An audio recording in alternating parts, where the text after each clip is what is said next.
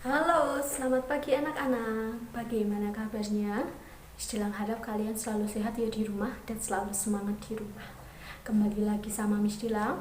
Hari ini Miss Dilang akan mengajari kalian materi IPS. Sebenarnya materi ini sudah Miss Dilang ajarkan, tapi ternyata ada lagi di buku 4I. Karena kalian tidak punya bukunya, jadi Miss Dilang akan menjelaskan, kalian harus mendengarkan. Oke, hari ini Miss Dilang mulai dengan memberikan pertanyaan dulu ke kalian. Ada 3 pertanyaan dari Miss Dilang. Jadi sebelum Miss Dilang mulai, ambil dulu buku catatan ataupun buku tugas IPS kalian, karena habis ini Miss Dilang akan mendiktekan. Oke, sudah diambil anak-anak? Oke, kalau sudah, Miss Dilang mulai ya pertanyaannya. Ada 3 pertanyaan. Yang pertama, apa saja sumber daya alam yang terkandung dalam hutan? Yang pertama, apa saja sumber daya alam yang terkandung dalam hutan? Yang kedua, apa saja 2 manfaat hutan bagi manusia? Apa saja 2 manfaat hutan bagi manusia? Yang ketiga, apa saja manfaat hutan bagi tumbuhan dan hewan?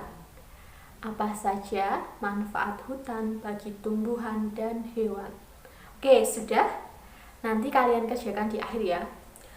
Kembali lagi di materinya. Hari ini kita akan belajar materi yang sudah pernah Miss Dilang ajarkan. Kita akan belajar sumber daya alam lagi. Karena materi ini sudah Miss Dilang ajarkan, Miss Dilang harap kalian harus tahu apa itu sumber daya alam, apa manfaat sumber daya alam, apa jenis-jenis sumber daya alam. Oke, Miss Dilang sudah menjelaskan ada 3 sumber daya alam. Yang pertama apa? Yang pertama sumber daya alam kekal. Artinya sumber daya alam ini tidak akan habis walaupun kita gunakan sebanyak mungkin, sesering mungkin. Sumber daya alam ini tidak akan pernah habis. Oke, apa contohnya? Ada yang tahu? Ya, udara, sinar matahari itu adalah contoh sumber daya alam yang kekal, yang tidak akan pernah habis. Kita memerlukan udara untuk bernafas dan udara tidak akan pernah habis. Yang kedua, kita perlu sinar matahari untuk kehidupan kita. Tapi sinar matahari juga tidak habis kan? Kalian masih bisa menggunakan sinar matahari terus-menerus kan? Oke. Yang kedua, sumber daya alam yang dapat diperbarui. Artinya, sumber daya alam ini dapat diproduksi lagi atau didapatkan lagi ketika sudah habis. Contohnya, ada hewan dan tumbuhan. Ini adalah sumber daya alam yang dapat diperbarui. Kalau hewannya habis, kita dapat mengembangbiakannya lagi. Kalau tumbuhannya habis, kita bisa menanamnya lagi. Oleh karena itu mereka disebut sumber daya alam yang dapat diperbarui. Jadi kita dapatkan lagi. Kalau sudah habis, kita bisa gunakan lagi, kita dapatkan lagi. Tapi dengan cara tetap mengembangbiakan ataupun menanamnya untuk tumbuhan dan hewan. Yang ketiga, sumber daya alam yang tidak dapat diperbarui. Arti sumber daya alam dan tidak dapat diperbarui adalah sumber daya alam ini tidak dapat diproduksi lagi ketika sudah habis. Kita tidak dapat menghasilkan kembali karena sumber daya alam ini membutuhkan waktu yang lama untuk mendapatkannya, untuk menghasilkannya. Oleh karena itu, ketika sumber daya alam ini sudah habis, kita tidak bisa lagi menggunakannya. Contohnya adalah minyak bumi. Kalau minyak bumi sudah habis, kita sudah tidak bisa menggunakannya lagi.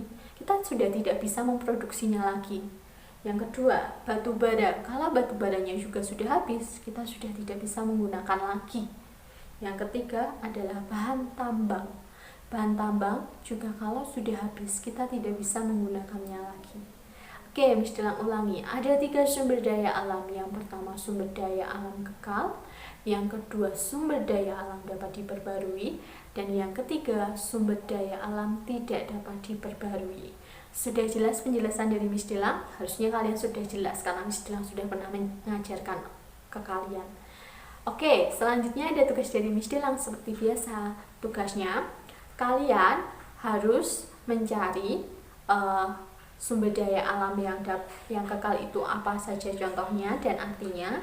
sumber daya alam yang dapat diperbarui itu apa saja dan contohnya apa, penjelasannya bagaimana, dan sumber daya alam yang tidak dapat diperbarui itu contohnya apa, artinya apa, arti sumber daya alam yang tidak diperbarui itu apa, plus ada gambarnya.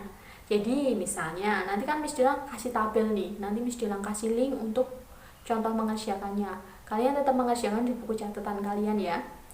Oke, nanti Miss Dilang kasih tabel, misalnya sumber daya alam kekal adalah titik-titik, nanti kalian tinggal ngisi. Nanti di bawahnya Miss Dilang kasih kolom-kolom. Jadi misalnya gambar pertama, contoh sumber daya alam kekal adalah angin. Kalian bisa gambar angin di sebelahnya.